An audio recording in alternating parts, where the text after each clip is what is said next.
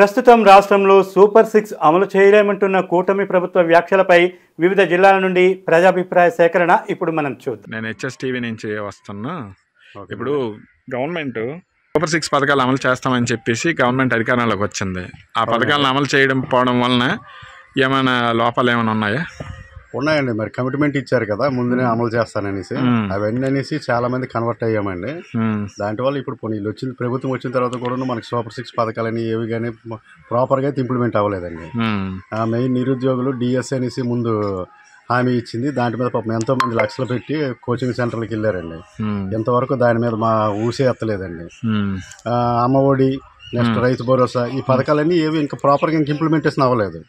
ఎప్పుడైతే once implementation అవుతాయి ఈ ప్రభుత్వం మీద అందరికీ మంచి ఒపీనియన్ ఉంటుందండి. అమ్మఒడి పథకం అమలు చేయకపోవడం వల్ల కొంచెం ఇబ్బంది ఉందంటారు. చాలా ఇబ్బంది ఉందండి. ఇంతకు ముందు అమ్మఒడి అవన్నీ కరెక్ట్గా వచ్చే కనుక పేద ప్రజలందరూ పిల్లలు ఇంజనీరింగ్ అవ్వచ్చు, గ్రాడ్యుయేట్లు అవ్వచ్చు, ఏమైనా చేశారు. ఇప్పుడు ప్రెసెంట్ అది లేదు కదండి మనకి. అది చాలా ట్రబుల్ గా ఉంది. తర్వాత రైతుల నుంచి ఏమైనా ఇబ్బంది ఉందా? రైతుల నుంచి ఇబ్బంది ఉందండి. రైతు భరోసా వస్తే వాళ్ళకి కూడా ఒక హెల్ప్ఫుల్ కదండి. అది రైతు భరోసా అనేది ప్రాపర్ గా రాలేదండి అసలు. అది ఈ పథకాలు అమలు చేయలేము అని చెప్పేసి చంద్రబాబు నాయుడు డైరెక్ట్ గా అన్నారు కదా. అవునండి. దాని మీద మీ కామెంట్?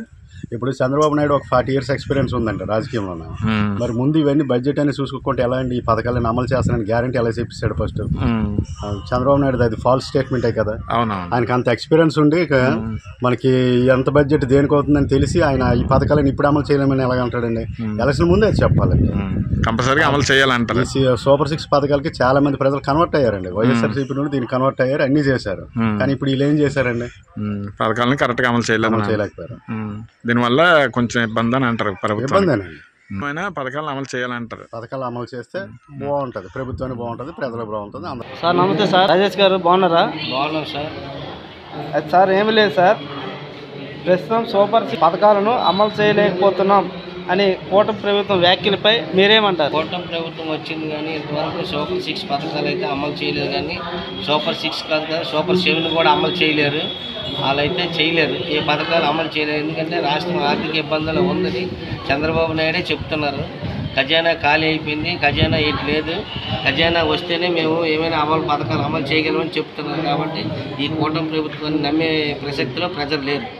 గారు ఇచ్చిన హామీలు, అలాగే లోకేష్ గారు, అలాగే పవన్ కళ్యాణ్ గారు ఇచ్చిన హామీలు ఈ రోజుకి నెరవేరలేదు. సూపర్ 6 అన్నారు, ఒక్క పథకం కూడా నెరవేరలేదు. అదే ఒక పెన్షన్ అనేది ఇచ్చారు, కానీ దాంట్లో 50 సంవత్సరాల వరకు కూడా పెన్షన్ ఇస్తామన్నారు, కూడా ఈ రోజుకి ఇవ్వలేదు. అలాగే ప్రతి మహిళకు కూడా ప్రతి నెల అమౌంట్స్ వేస్తామన్నారు. అలాగే నిరుద్యోగులకు వృత్తి ఇస్తామన్నారు.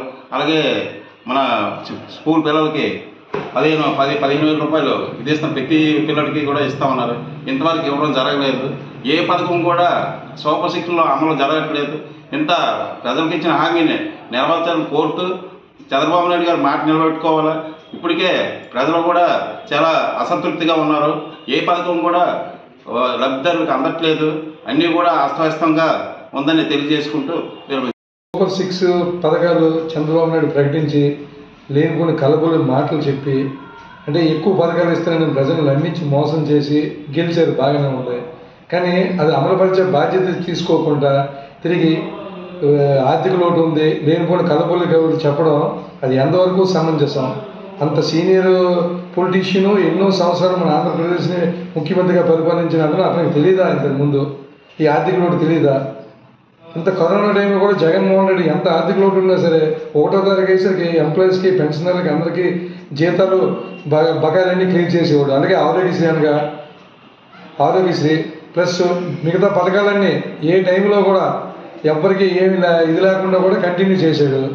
అటువంటిది ఆ పథకాల కన్నా మించి పథకాలు చంద్రబాబు నాయుడు ప్రకటించి కలబల మాటలు చెప్పి అత్యధిక మెజారిటీతో గెలిచిన తర్వాత ఈ రకంగా ఆయన ఇన్ని బూటకం మాట్లాడడం ఎంతవరకు అది? అంటే జగన్మోహన్ రెడ్డి అప్పుడు నేను క్లియర్ చేస్తాను, అది అందరికీ తెలిసిన విషయం.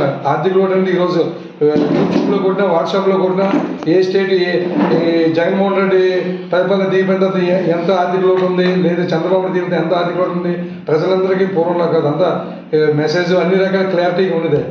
ఇలాంటి నాటకాలు ఆడి చంద్రబాబు నాయుడు ఇప్పటికైనా కలుగుతున్న ప్రజలకు మేలు చేస్తారని కోరుకుంటూ. హాయ్ అండి, నమస్తే. నేను గణేష్, హెచ్ఎస్టీవీ నుండి వచ్చానండి. మీ పేరు? మా పేరు మరీదాస్ అండి.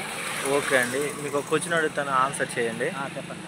ప్రస్తుత సూపర్ 6 అమలు చేయలేమంటున్నా కూటమి ప్రభుత్వ వ్యాఖ్యలపై మీరు ఏవేదో ముందుగా వచ్చేటప్పుడు ఎన్నో పథకాలు ఇస్తామనేసి హామీలు చేశారు. తర్వాత సూపర్ 6, నిరుద్యోగ భృతి, తల్లికి వందనం ఏవేవో చెప్పారు. అంతా బాగుంది, హ్యాపీ అనిపించింది. అలాగని తొలి ప్రభుత్వం కూడా చాలా హ్యాపీగా అన్ని పథకాలు అమలు చేసేది. అప్పుడులో కూడా అన్నీ కూడా లబ్ధి పొందాము. ఇప్పుడు కూడా కొన్ని లబ్ధి పొందాము.